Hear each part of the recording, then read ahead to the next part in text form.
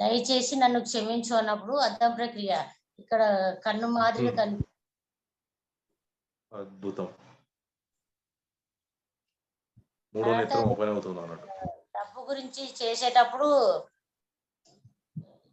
చాలా సార్లు జారిపోతుంది.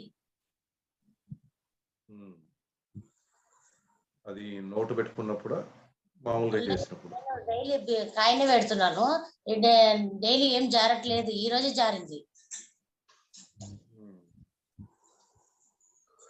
ఈ రోజు ఎందుకు జారిందంటే ఈ రోజు మనం కొత్తగా కృతజ్ఞతలు దానిలో జోడించాం కాబట్టి డబ్బు విషయంలో మీకు బహుశా కృతజ్ఞతలు ఎక్కువ ఉండొచ్చు. జారుతూ ఇదంతా బాగా పెయిన్ వచ్చేసింది, మొత్తం బర్రువై ఒళ్ళు. మన బాడీలో బ్లాక్స్ ఉంటాయి డబ్బుకు సంబంధించి, అవన్నీ తొలిపోతున్నప్పుడు అలాగే నొప్పులు వస్తాయి.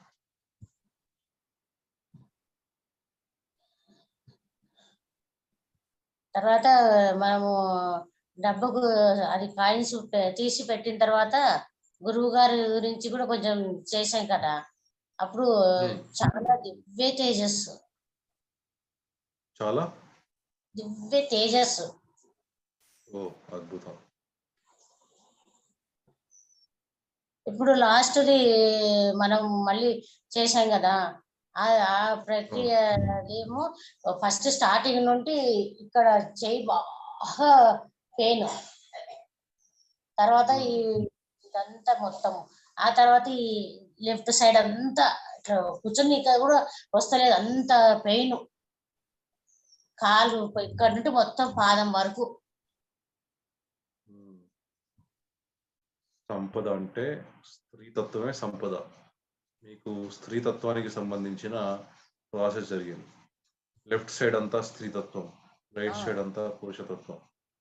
స్త్రీతత్వం, ప్రేమతత్వం పునికి పుచ్చుకొని ఉంటే గనక సంపద మీ దగ్గరే ఉంటుంది, ఎక్కడికి వెళ్ళదు. చెప్పండి.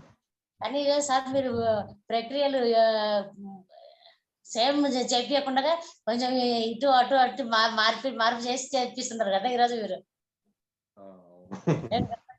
దయచేసి నన్ను క్షమించండి, ఒకసారి రాసు కృతజ్ఞతలను ఒకసారి అట్లా మార్పు చేసి చేపిస్తున్నారు.